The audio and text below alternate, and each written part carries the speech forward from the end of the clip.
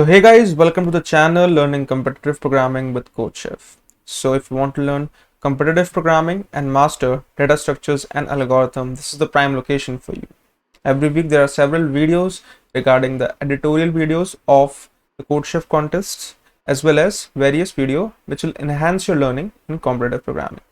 So if you're new to the channel, then please do subscribe to the channel and turn on the bell notification. So myself Chirayu Jain, I'm a CodeChef educator.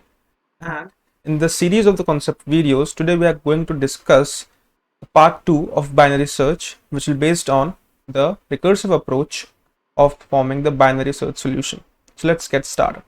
Okay, so now let us understand the recursive approach of implementing binary search, right? So we have seen in the part 1 that what is binary search, how we are calculating the time complexity of binary search, and how binary search is way more efficient than linear search, right? So we have gone through the understanding of basics of binary search. Now it's the time to implement binary search according to our understanding, right? So what we have discussed in the part 1, let's just quickly summarize it, that we need to find a mid element and then we need to divide the whole search space into two parts according to the mid element, right?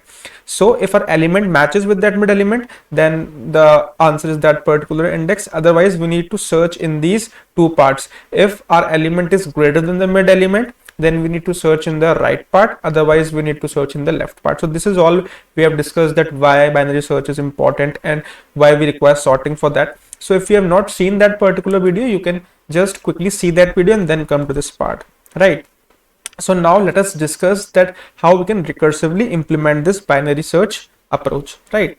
So let us say that we have this particular array in which we need to find the element which is 13, right? So let us say we need to find the element 13 here, correct? Now, what is the first step? The first step is to find a point where we can break this particular array into two parts. We can break this search space, which is of these elements, into two parts, right? So how we can do this is, firstly we need to find the mid element, right? So how we can find the mid element? So what we will do, first we will take this as the leftmost element as left and the rightmost element as right? So these are the two things that we took. So let us name the indices over here, that what is the indexing.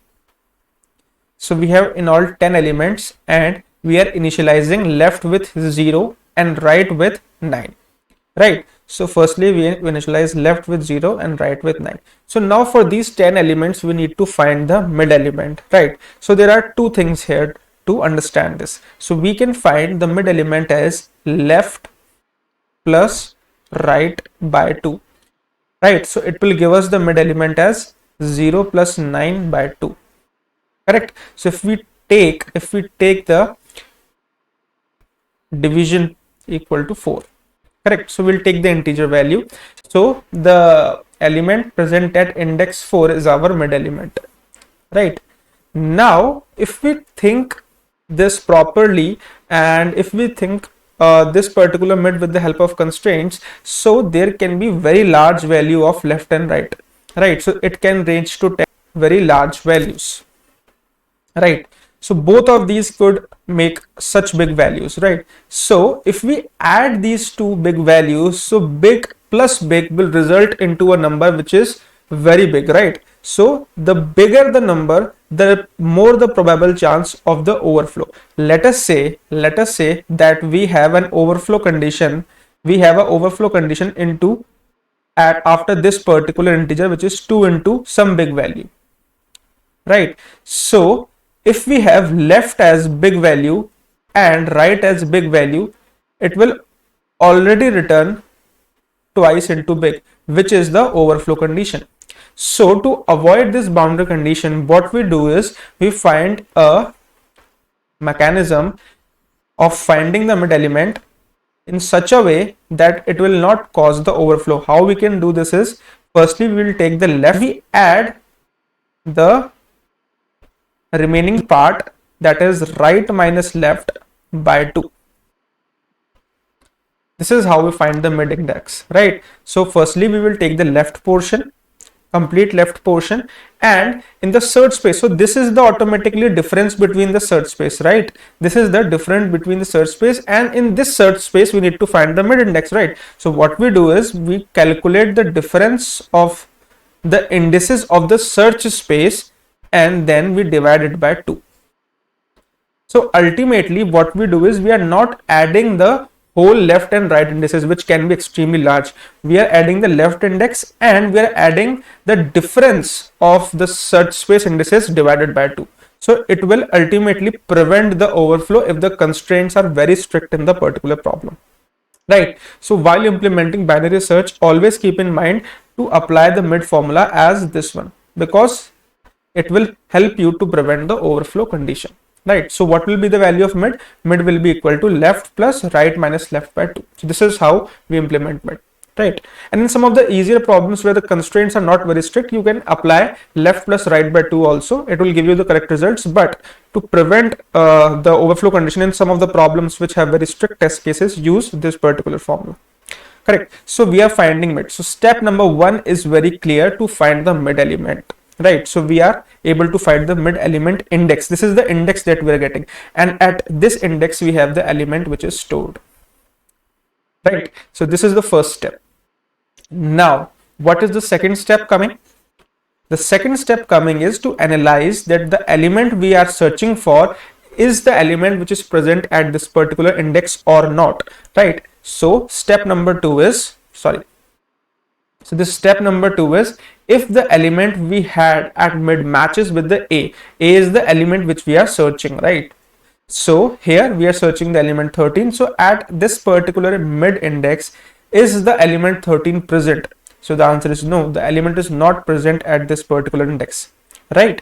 So what we need to do? We need to divide the search space, right? So here we have two search spaces. This is the mid index. Here the element is not present. So from here to here, this is one particular search space, and from the right hand side till the end we have one particular search space. So we have divided the search space into two portions, right?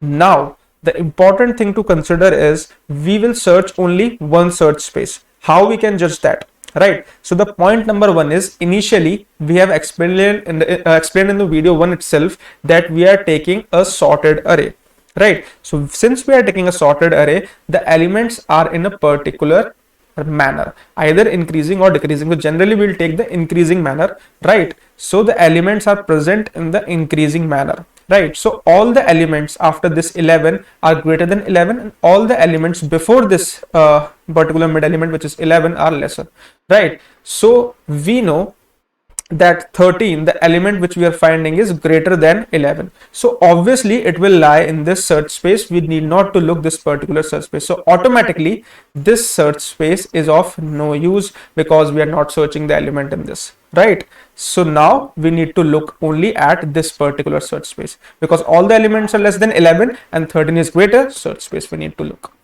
Correct. Now again mentioning the indices, that is 5, 6, 7, 8 and 9. These are the indices now left. Again, what we need to do? We need to do the step again. We have countered the condition and we have moved on the step 3, that if the element which we are finding is greater than the mid element, right? So 13 is greater, then we search the right search space, not the left one, right? Otherwise we'll search the left search space. Correct. So we'll just see this particular search space. Again following the same steps, right? So we have, now earlier the left and right element were the 0 and the 9. Now we'll initialize left with 5 and right with 9. So our left becomes now 5 and right becomes 9. Correct. What is the formula?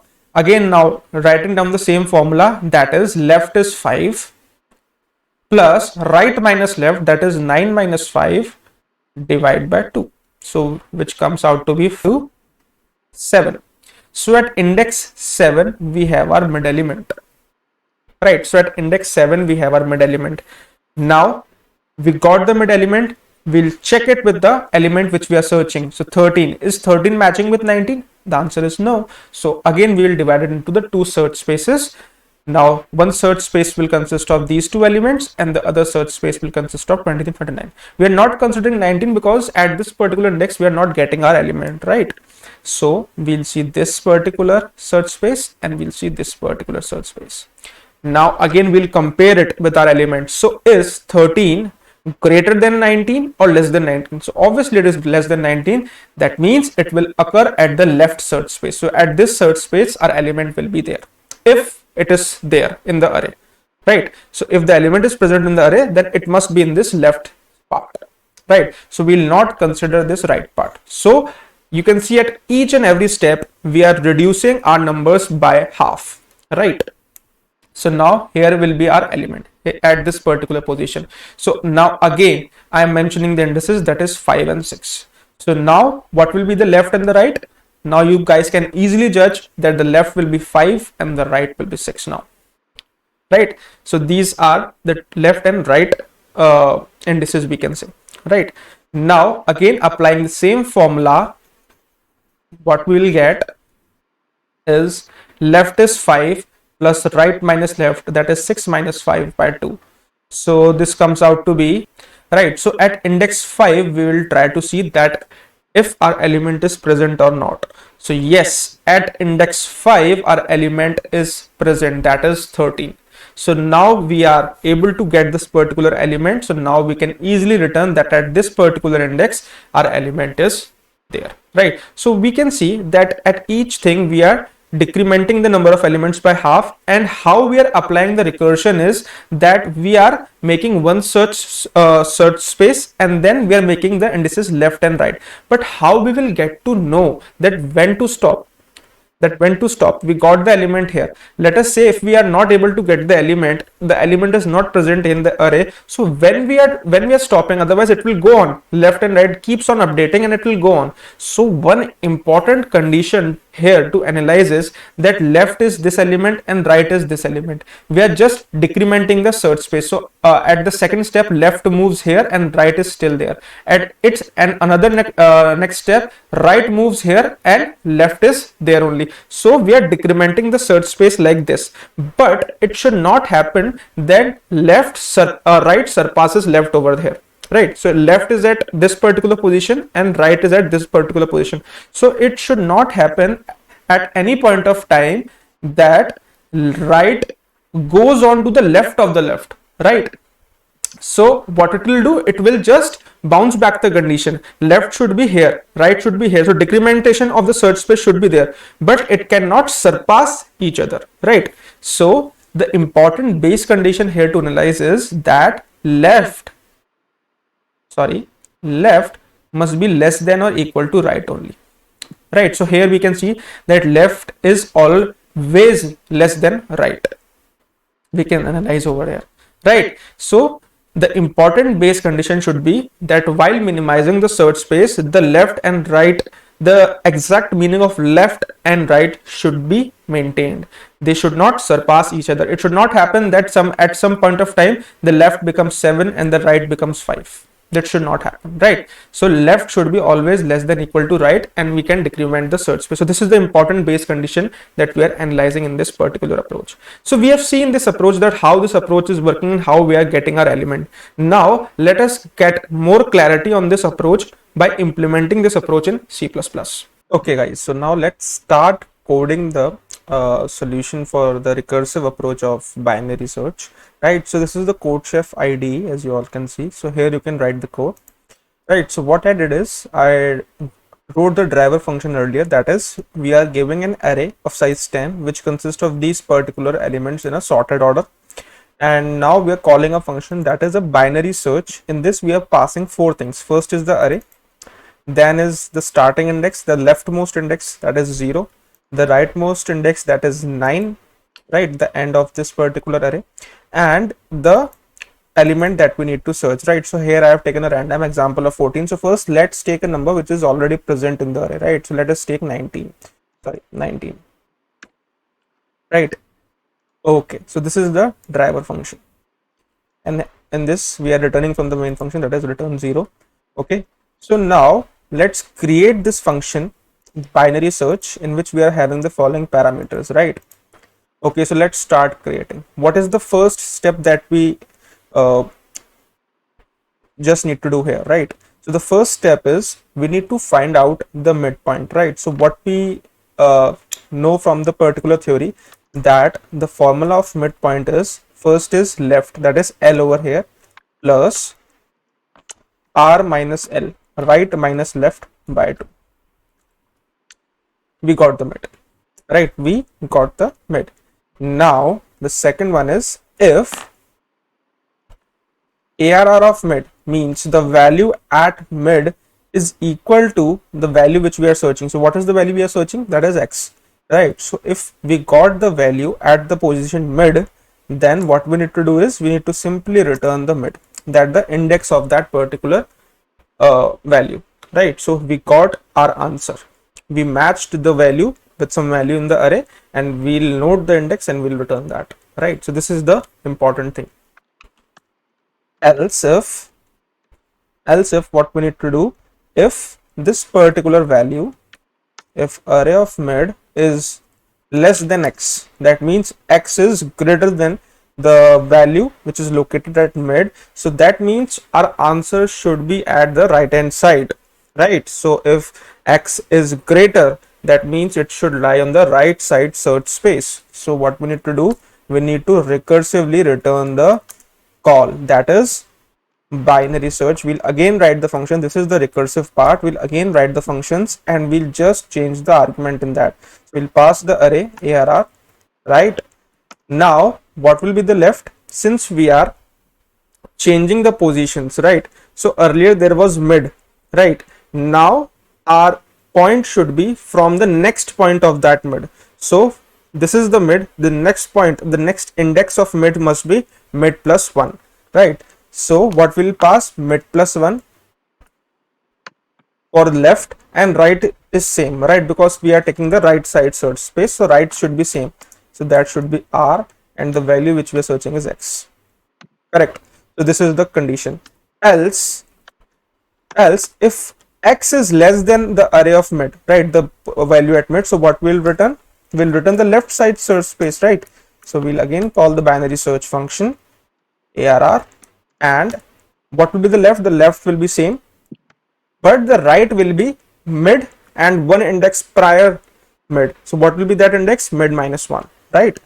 So that will be mid minus 1 and the value which we are searching. So this is all. This is all what we need to do. But the main important thing, how do we know? How do we terminate this recursive approach? When should we know that this approach will end? So that important condition we'll write over here. That is, this whole thing, these whole steps are encountered only when if left is less than equal to R. Correct? Alright. So if left is less than equal to R, right, then only these following steps are working, right? So this is the important thing that we need to write. Okay, so we encapsulated the whole of our logic into this important condition, right? Now what we will return if we do not get any value. So if we are searching for a value which is not present in the array, so what we will return? So we will simply return -1, which indicates that the value is not present. So we are basically considering all positive values, and if we are considering negative values too, so we can result some value which can technically be not present in the array, right? So here we are returning -1, right?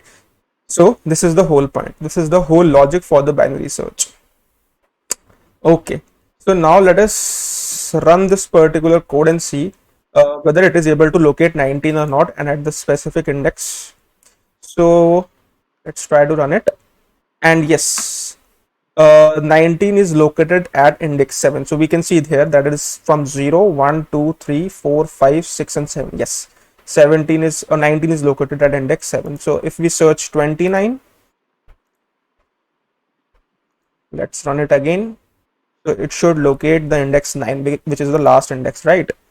So let's see. Yeah, the output is 9, and let's see that whether we are searching a number which is not present in the array can return -1. So let's say 40.